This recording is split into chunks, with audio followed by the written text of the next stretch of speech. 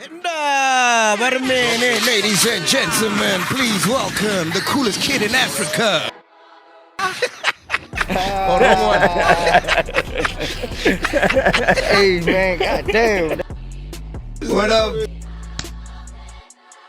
Nice. Good, man. So this is one of my favorite artists, man. I can tell. Like, dude, I've been loving this guy for such a long time, bro, man.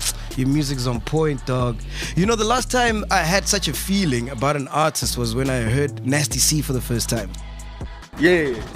So when I heard G, I was like, fuck, man. This kid is dope, bro. So when someone says I started rapping at 6, I'm like, how the fuck does that even happen, bro?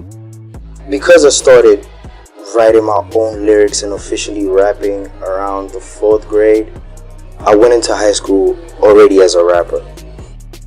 But there was this like rap contest that we had in the 8th grade, and I went to it, and I went to the finals. I actually won the thing. From there, everyone knew me as a rapper, and the way they received it was, this kid is dope. I mean, I would get clowned for like, you know, always mumbling raps while we're in class, and you know, someone would see me from a distance and be like, this nigga crazy.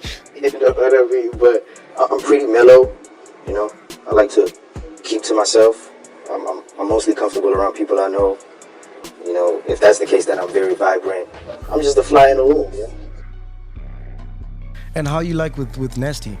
Sometimes you get beefs that are like manufactured straight from, you know, like internally, you know. Like, just like the beef with me and Nasty C. Like, that was all encouraged by great marketing and getting the numbers up and staying relevant, you know, but it wasn't anything personal. It was whatever, you know.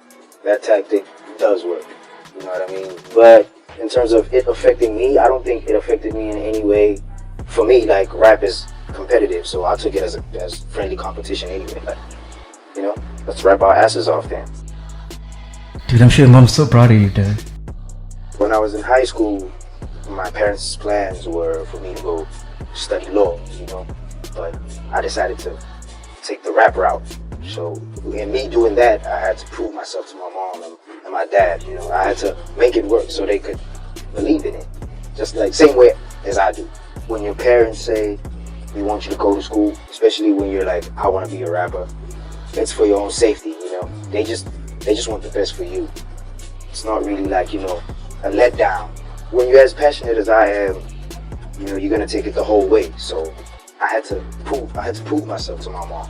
I had to make it work so she could say hi. The crazy thing about my mom is, even though she would tell me that I need to study off the matric, you know, she never really told me to stop rapping or it's bad for me, you know. She actually encouraged me to write more and write about things that, you know, mean something to me, not just write just to rap. So that played a huge role because I'm very conscious in what I pen down till this day.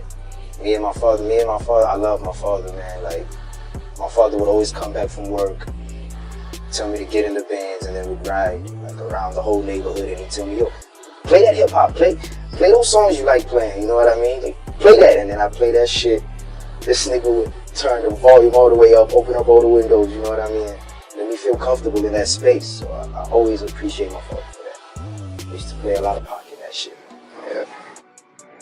I'm gonna show you this one.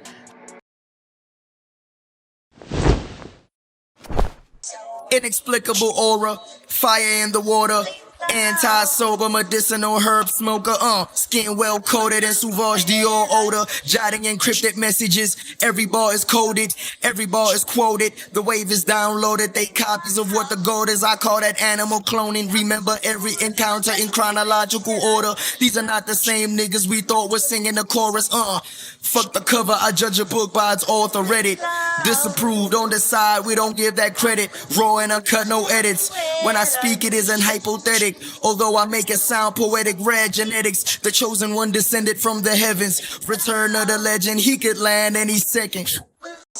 Remain unshaken, I reject your hand gesture, every line is clear cut when I apply the pen pressure, dissect them, I'm Lecter, Manhunter, Red Dragon, only difference is this isn't a novel by Tom Harris, I call this God's planning, I call this pure passion, came a long way from famine, skipping school, taking chances, paint pictures with words, no brushing palette, in Ye's words, I'm coming after who has it.